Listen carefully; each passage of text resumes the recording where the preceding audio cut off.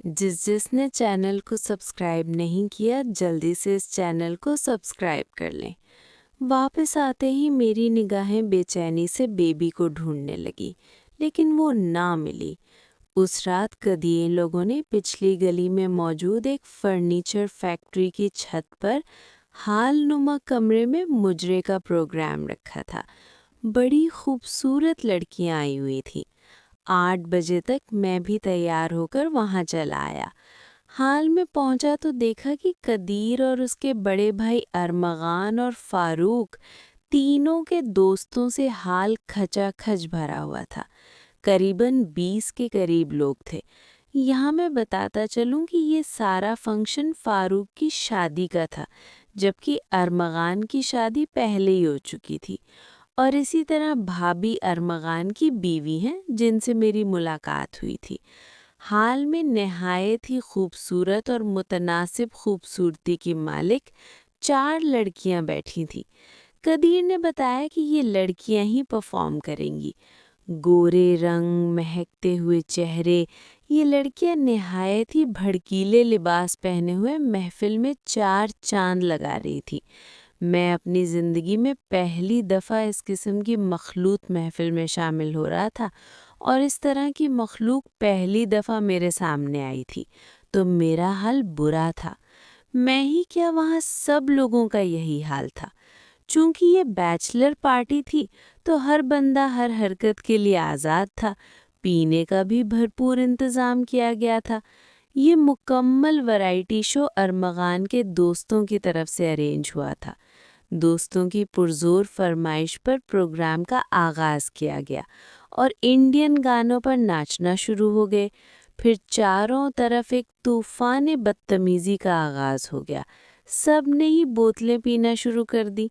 लड़के जेब से पैसे निकालते और लड़कियों पर लुटाते जाते, उनके साथ डांस करते। डांस किया करना था, बस हर बंदे को एक ही शौक था कि लड़की को अपने साथ लगा लें। मुझे ये सब प्रोग्राम बदतमीज़ी इंतहाई घटिया लग रहा था। अलबत्ता एक चीज़ जो मुझे अट्रैक्ट कर रही थी, वो थी एक नीली आंखों वाली लड़की का बार बार मुझे देखना। बाद में पता चला उसने कॉन्टैक्ट लेंस लगाए हुए थे। मैं बार बार उसी की तरफ देखता रहा। अब इन पेशावर लड़कियों के हथकंडे तो मैं नहीं जानता था, तो उसकी आंखों की इस कारोबारी तपिश को समझ न पाया। मैंने बाकी लोगों के रंग में खुद को रंगते हुए एक पैग लगाया। उसका जायका बहुत ही अजीब महसूस हुआ। कुछ देर नाच गाना देखता रहा और फिर शोखी शोखी में 4-5 और लगा लिए। शुरू शुरू में तो यही लगा कि पानी है, लेकिन आधे घंटे में फिरकी मूम गई और मैं भी उठकर इस तूफान बदतमीज़ी का हिस्सा बन गया। अब मैं भी सबके साथ मिलकर नाच रहा था और उनको अपने साथ लगा रहा था। अब वही नीली आंखों वाली लड़की मेरा हाथ पकड़कर मुझे अपने साथ लिपटाई नचा रही थी। इसके साथ नाचते हुए मैंने भी अपना हाथ उसके ऊपर रखा, तो उसने मुझे खींचकर अपने साथ चिपकाते हुए मुझे पकड़ लिया। मैंने हड़बड़ाकर इधर-उधर देखा तो सब लोग अपने हाल में मस्त थे। इस नीली आंखों वाली ने एक बार फिर मुझे अपने साथ लगा लिया और मस्तियां करने लगी। उनका तरीका वारदात यही होता है कि बंदे को उकसाकर खुद 2 कदम पीछे हो जाती हैं, ताकि बंदा खुद आगे होकर उनकी तमन्ना करे और ये पैसों की डिमांड कर सके। वो लड़की फिर पीछे होकर नाचने लगी और वहाँ मौजूद एक और लड़के ने उसे पकड़ लिया, लेकिन वो चंद सेकंड में ही एक अधा दिखाकर उसकी गिरफ्त से भी निकल आई। इतनी देर में सब लोगों ने पैसे निकाले और उन पर लुटाने शुरू कर दिए। मैंने भी अपनी जेब हल्की की और पैसे निकालकर उसी लड़की पर लुटाने लगा। गर्ज के रात के 2 बजे तक यही चलता रहा।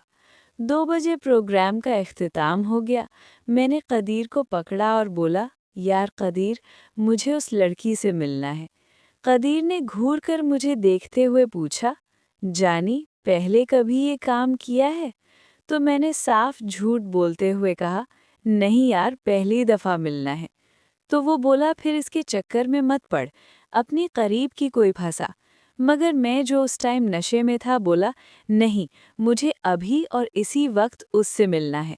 तो वो कंधे उचकाकर उस लड़की के पास गया और कुछ बात करने के बाद उसका हाथ पकड़कर ले आया और हम दोनों को छत पर एक कमरे की तरफ धकेल कर बोला, ऐश करो लेकिन जल्दी आ जाना, और खुद वापस चला गया। मैंने दरवाज़ा बंद किया तो इतनी देर में उस लड़की ने पीछे से आकर मुझे जकड़ लिया और मुझसे बातें करने लगी। मैंने भी उसको अपने साथ लगा लिया और फिर मैं उस पर अपना जादू करने लगा और फिर उसने मुझे सोफे पर बिठाया और खुद नीचे बैठकर बातें करने लगी। मैं जल्दी से खड़ा हुआ तो वो नाराज़ होकर सोफे पर बैठ गई और वो दूसरी तरफ मुंह कर लिया और मैं उसको मनाने लगा। अब मुझे ये नहीं पता कि मैं किस तरीके से उसको राज़ी कर रहा था, और जैसे ही मैंने उसे राज़ी कर लिया तो वहाँ से निकल आया और कदीर के कमरे में जाकर सो गया। अगली सुबह मेरी आंख कदीर के हिलाने पर खुली। टाइम देखा तो 10 बज रहे थे। नाश्ता करने के बाद मैं और कदीर गाड़ी लेकर बाहर निकल गए और मेहंदी के फंक्शन का सामान खरीदने लगे। इसी शॉपिंग में हमें दोपहर के 2 बज गए। 2 बजे का खाना हमने फूड स्ट्रीट सेवर फूड में खाया। खाना खाने के बाद हम सामान लेकर घर पहुंच गए और सारा सामान कदीर की बहन के हवाले करके हम लोग कमरे में आ बैठे। थोड़ी देर में चाय बनकर आ गई और हम चाय पीने लगे। चाय पीने के दौरान कदीर ने मुझसे पूछा, हाँ जानी, अब बताओ कल रात को क्या हुआ था। मैंने शर्माते हुए उसे सारी स्टोरी सुना दी। चूंकि कदीर भी इसका शौकीन था और मैं इसके बारे में सब कुछ जानता था, इसलिए हम दोनों आपस में खुलकर बात कर रहे थे। फिर शाम तक मैं और कदीर मसरूफ रहे। शाम को घर आकर टाइम देखा तो शाम के 6 बज रहे थे। मैं वॉशरूम में चला गया और नहा धोकर फ्रेश हो गया। इसी तरह मेरे बाद कदीर भी नहाकर फ्रेश हो गया और हम लोग घर वालों के साथ मिलकर मेहंदी के फंक्शन की तैयारी करने लगे। इसी तरह आगे पीछे होते हुए 2 घंटे और गुजर गए और मेहमानों के लिए रात का खाना खिलाने के इंतजामात शुरू हो गए। ठीक 9 बजे रात का खाना शुरू किया और तमाम मेहमानों को खाना खिलाते हुए 10 बज गए। चूँकि मैं घर का ही आदमी था, तो तमाम इंतज़ामी उमूर कदीर के साथ पेश था। मेहमानों को खाना खिलाने के बाद हमने खुद भी खाना खाया। ठीक 11 बजे मेहंदी का फंक्शन शुरू हो गया। जब सब कामों से फारिग हो गए तो मेरी बेचैन लगाए बीबी को तलाशने लगी और वो कहीं नज़र नहीं आई। मेहंदी के फंक्शन के इंतज़ामात साथ ही करीबी पार्क में किया गया था। अभी फंक्शन शुरू हुए चंद मिनट ही गुजरे थे कि बीबी की आमद हुई। वो अपनी वालदा और वालिद के साथ आई थी। उसके वालिद काफ़ी मुतनासिब जिस्म के मालिक थे, जबकि वालदा काफ़ी सेहतमंद और फरमाइल किस्म की हामिल थी। यहाँ मुझे पता चला कि मेरे वालदैन और बीबी के वालदैन आपस में शनासाई रखते हैं। मुझे ये बात जानकर भी इंतहाई मसर्रत हुई। बहरहाल मेहंदी की रस्म बग़ैर आफ़ियत अपनी अंजाम को पहुंची और फंक्शन ख़त्म होने के बाद सब लोग अपने अपने ठिकानों की तरफ चल दिए। सारी रात बीबी से सिर्फ 2 मिनट ही की बात कर पाया और उन 2 मिनटों में ये बात पता चली, बारात चूंकि पिंडी से लाहौर रवाना होनी थी, तो बीबी ने बताया कि वो भी साथ जा रही है। मेरी खुशी का ठिकाना नहीं था। अगला सारा दिन रेस्ट का था। कदीर और मैं उसके रूम में ही सो गए। मैं तो सुबह 10 बजे उठ गया, लेकिन कदीर चूंकि मेरे सोने के बाद भी काफ़ी देर जागता रहा, तो वो अभी तक सोता रहा था।